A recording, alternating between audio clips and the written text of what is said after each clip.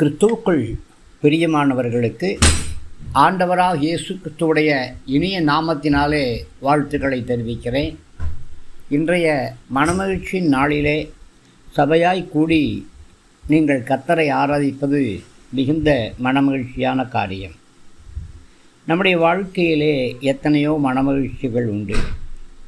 இந்த நாளின் தியானத்திலே சங்கீதங்களின் புஸ்தகம் 104வது சங்கீதம் 34வது வசனத்திலே, நான் அவரை தியானிக்கிற தியானம் இனிதாயிருக்கும், மனமகிழ்ச்சியாயிருக்கும் என்று சொல்லி வாசிக்கிறோம்.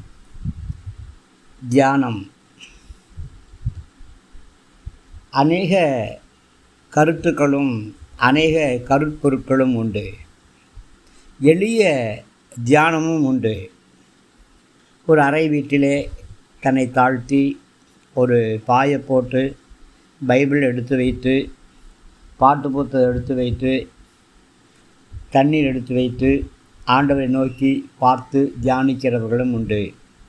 அல்லது கால்களை சப்பளங்கொட்ட 2 கையும் கீழே வச்சு சூனியத்தை பார்த்து கொண்டே இருக்கிறவர்களும் உண்டு.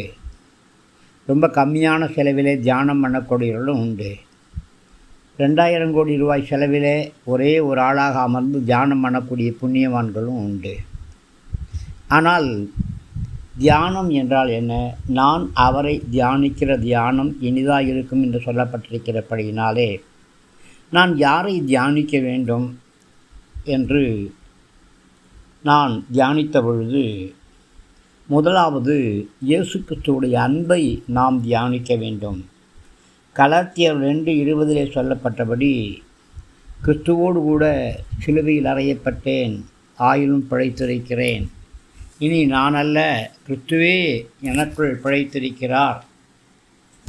எனக்காக என் மேலே அன்பு கூர்ந்து எனக்காக தன்னைத்தானே கல்வாரி சிலுவையிலே பலியாய் கொடுத்த கிறிஸ்துவை பற்றக்கூடிய விசுவாசத்தினாலே நான் பிழைத்திருக்கிறேன் என்று சொல்லும் வண்ணமாக கிறிஸ்துவுடைய அன்பை நாம் தியானிக்க வேண்டும். அவருடைய அன்பின் நீளம், அகலம், ஆழம் இவைகளை தியானிக்க வேண்டும். புத்திக்கு எட்டாத அந்த அன்பின் பரிபூரணத்தையும் வல்லமையும் நாம் தியானிக்க வேண்டும். இரண்டாவதாக அவருடைய தாழ்மையை தியானிக்க வேண்டும். தேவனுடைய குமாரனாக இருந்தாலும் அதை கொள்ளையாடின பொருளாக எண்ணாமல் தன்னைத்தானே வெறுமையாக்கி மரணபரியந்தம் கீழ்ப்படிந்தவராகி, அதாவது கல்வாரியின் சிலுவையின் மரணபரியந்தம் தம்மை தாமே கீழ்ப்படிந்தவரானார் இல்லையா? அந்த தாழ்மையை, கீழ்ப்படிதலை தியானிக்க வேண்டும். வேதம் சொல்கிறபடி மேன்மைக்கு முன்னானது தாழ்மை என்ற வசனத்தின்படி மூன்றாவதாக இயேசுடைய உயர்வை குறித்து தியானிக்க வேண்டும்.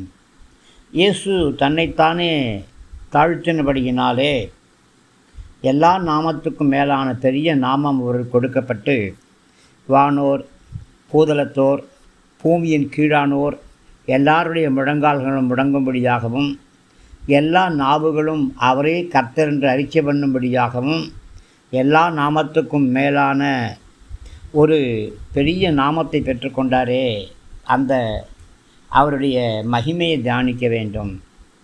நான்காவதாக அவருடைய மகிமையை நாம் தியானிக்க வேண்டும். பிதாவே, உலகம் உண்டாவதற்கு முன்பாகவே நீர் எனக்கு தந்த மகிமையை எனக்கு காண்பியும், என்னுடைய பிள்ளைகளுக்கு என் மகிமையை வெளிப்படுத்தும் என்று சொன்னார் இல்லையா? அவருடைய மகிமை ஒரே பேரான குமாரனுடைய மகிமைக்கு ஒப்பாக இருந்தது என்று சொல்லி யோவான் ஸ்நானகன் சொன்னார் இல்லையா? அவருடைய மகிமையை நாம் தியானிக்க வேண்டும். ஐந்தாவதாக, இப்பொழுது என் இரட்சகர் என்ன செய்து கொண்டிருக்கிறார் அதை தியானிக்க வேண்டும். வானம் வழியாக பரலோகத்து கடந்து போய் கையாலே செய்யப்பட்ட ஆசரிப்பு கூடாரத்திலே அல்ல, உண்மையாக தேவனுடைய சமூகத்திலே உங்களுக்காக எனக்காக பரிந்து பேசி கொண்டிருக்கிறாரே, அதை நாம் தியானிக்க வேண்டும். நிறைவாக ஆண்டவராகிய கர்த்தர் மீண்டும் வரப்போகிறாரே, உங்கள் இருதயம் கலங்காதிருப்பதாக என்று சொல்லியிருக்கிறாரே, என்னிடத்திலே விசுவாசமாக இருங்கள் என்று சொல்லியிருக்கிறாரே, அதை தியானிக்க வேண்டும். காலை வேளை வருவாரா, மதியம் வருவாரா, மாலை வருவாரா, இரவு வருவாரா, எந்த நேரத்திலே வருவார், எப்படி வருவார், எப்பொழுது வருவார், எந்த திசையிலிருந்து வருவார் என்று சொல்லி பலவிதமான கேள்வி கணைகள் குத்தலாய் கடந்து வருகிறதே. ஆண்டவராகிய கர்த்தர் சொன்னாரே, திருடன் வருகிற பிரகாரமாக நான் வருவேன். திருடன் வரக்கூடிய நாளையும் நாழிகையும் பிதாவை தவிர வேறு யாரும் அறிய மாட்டார்களே என்று சொன்னாரே. அதனாலே ஆண்டவராகிய கர்த்தர் எப்படி வானங்கள் வழியாய் கடந்து போனாரோ அதே வானத்தின் வழியாக மீண்டும் கடந்து வருவாரே. அந்த மத்திய ஆகாயத்திலே அவர் கடந்து வந்து ஒரு எக்கால சத்தத்தின் மூலியமாக தேவனுடைய சபையாராகிய நம்மை எடுத்துக்கொண்டு 7 ஆண்டு காலம் மத்திய ஆகாயத்திலே இருப்பாரே, அதை தியானிக்க வேண்டும். பிரியமானவர்களே, இயேசுடைய அன்பை, இயேசுடைய தாழ்மையை, அதன் பலனாக அவர் பெற்றுக்கொண்ட மேன்மையை, இயேசுடைய மகிமையை இப்பொழுது உங்களுக்காக எனக்காக பரிந்து பேசிக்கொண்டிருக்கிறாரே. அந்த பரிந்து பேசுதலை மீண்டுமாய் வரப்போகிறாரே. அவர் இருக்கிற இடத்திலே நாமும் இருக்கும்படியாக நம்மை கூட்டி சேர்த்து கொள்ளும்படியாக வரப்போகிறாரே. அந்த வருகையை நாம் தியானிக்க வேண்டும். தேவனுடைய வார்த்தைகளை தியானிக்க தியானிக்க நம் இதயம் இனிமையாக இருக்கும். ஆம், நாம் அவரை தியானிக்கிற தியானம் இனிமையானதல்லவா?